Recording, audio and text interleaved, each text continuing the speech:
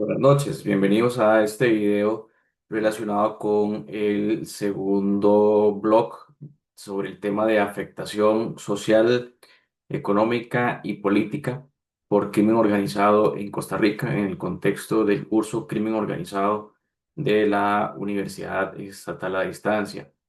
Vamos a exponer acá tres grandes temas que son las afectaciones sociales, políticas y económicas, como se dijo en el título del crimen organizado. Para ello hemos elegido la noticia de que en el 2023 la inseguridad y la delincuencia fueron categorizados por el 41% de los entrevistados como la prioridad o el tema número uno que les preocupaba a los costarricenses.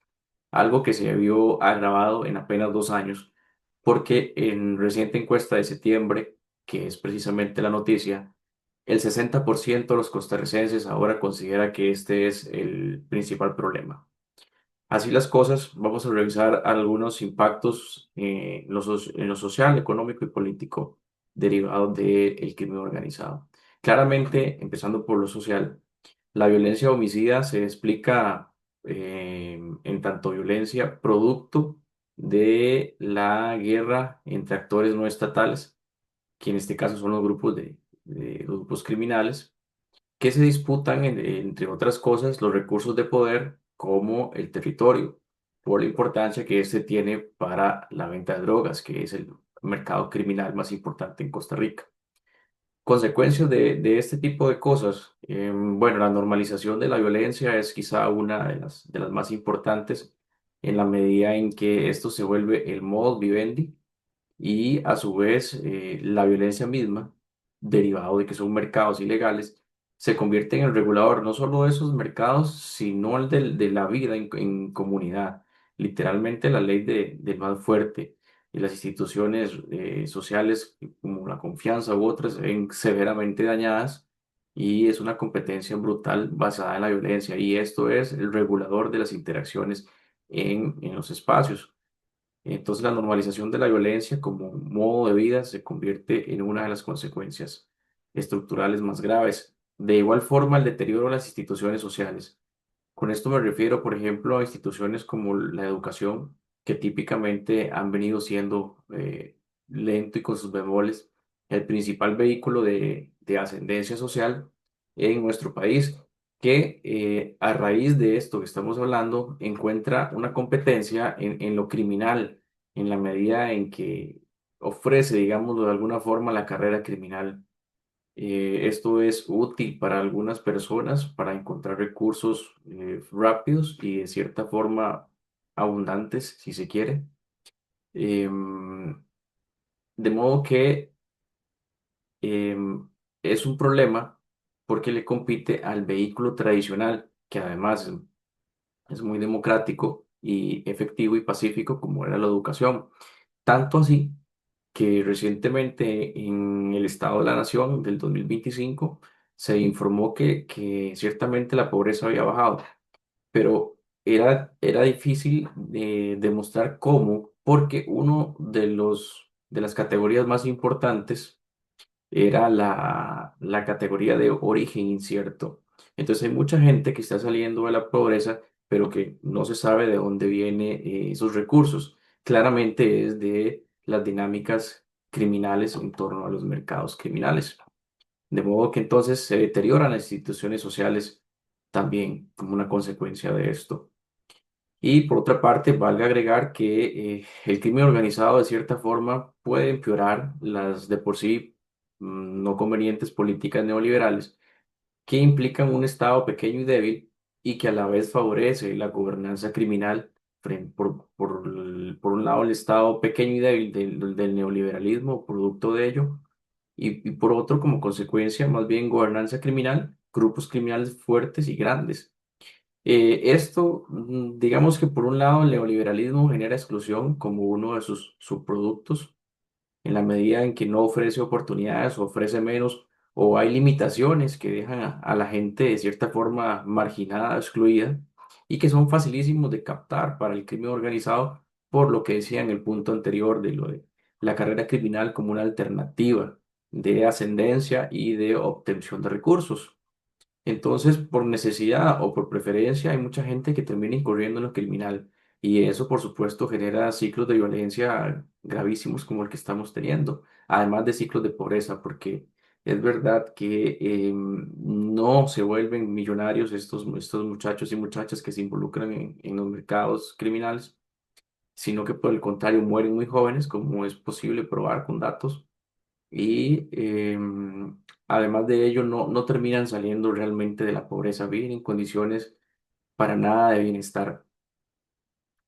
Entonces, eso por un lado. Con respecto a lo económico, quisiera citar una frase de un artículo del Instituto Real Elcano sobre seguridad en América Latina, que dice que el arma de los criminales es el dinero, no los AK-47. La amenaza son los cañonazos de dinero. Y para mí es una idea fundamental. El poder real de este asunto del crimen organizado es el dinero, fundamentalmente el capital. Ahora bien, ¿cuál es la principal manifestación económica que uno podría percibir del crimen organizado, los grupos criminales en la economía? La principal manifestación es la legitimación de capitales en los negocios de Costa Rica, donde se agrava por el hecho de que pareciera que hay una cultura de que nadie se pelea con la plata, de modo que hasta pareciera haber legitimación social en cuanto a esto, e incluso un culto ignorante al poder económico. Recientemente, con el tema de la extradición de Celso Galboa, vi muchos comentarios en redes sociales que decían que lástima que un hombre tan brillante, ¿verdad?, estuviera pasando por esa situación. A mí me parece que es un culto ignorante al poder económico que radica en la criminalización de la pobreza, porque los profesionales y las clases medias altas en realidad no están politizadas en este tema de lo criminal y son quienes realmente usufructan más las utilidades del crimen con la legitimación de capitales. ¿Verdad? No es el estigma del vendedor de microtráfico de barrio, que es bien conocido por todos y todas, sino que se le guarda un cierto culto a estas figuras por lo que representan en términos de poder económico y me parece que es un error estratégico y cultural garrafal. Entonces, el tema de la legitimación es quizá lo más importante. El dinero se blanquea en Costa Rica principalmente en la construcción, en la industria de la construcción, los bienes raíces y pues también temas de industria hotelera. Esto con base en el índice global de crimen organizado de Global Initiative del 2023. Algunas consecuencias de esto es que, por ejemplo, puede haber distorsión de la inversión y afectación de precios, porque honestamente hay una competencia injusta donde se vuelve imposible competir, por decir algo, un vendedor de verduras que tiene años de trayectoria de suplir del campo al comercio, restaurante, hoteles en un lugar, rápidamente puede verse desplazado por un legitimador que consigue en cantidad, que ofrece créditos insuperables y que termina por hacer quebrar a un montón de pequeños comerciantes que benefician a un agricultor en alguna zona rural. Esa competencia injusta es un claro ejemplo y de las consecuencias negativas que tiene la legitimación de capital. Como ya se dijo, puede ser que se capte industrias y sectores, por ejemplo, el caso de la piñera de lo piñero es sintomático en este tema, y sectores, ya se dijo el ejemplo de la construcción como uno de los más importantes. Otra consecuencia, ni qué decir, es el gasto público para enfrentar la inseguridad. El costo es muy alto y el impacto es muy limitado porque no se tocan las causas estructurales. En el 2017, según un estudio del BID, podría andar por alrededor del 3,40%, 3,5 más o menos. Esto es muchísimo dinero y que, como decía, en mi opinión es un costo muy alto porque el impacto es limitado. Seguramente ha venido incrementando y, como vemos, la oleada de homicidios no ha sido frenada. Ahora bien, de otro tipo de consecuencias menos estructurales podría ser el trabajo informal, que de cierta forma se ha criminalizado. Ejemplo, lo que acaba de decir sobre el Estado de la Nación, ¿verdad?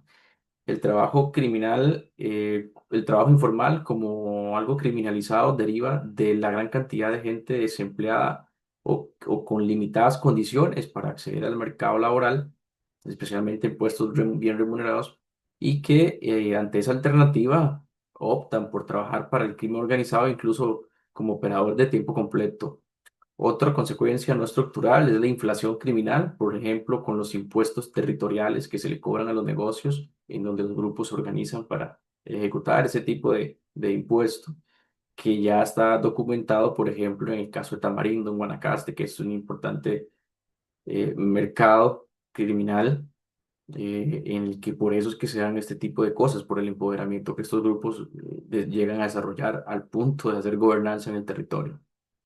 Y otra consecuencia es la pérdida del atractivo para el turismo. Recientemente, Canadá, que es un país que emite gran cantidad de turistas a Costa Rica, alertó a su población en caso de venir una especie de estímulo para que no venga.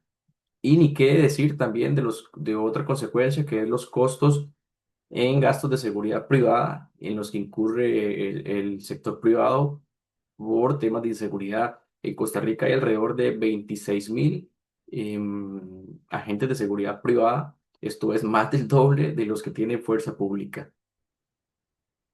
Y eso implica un gran gasto, sin duda, en lo económico. Es parte del impacto económico. Por supuesto, no deseado. A nivel político.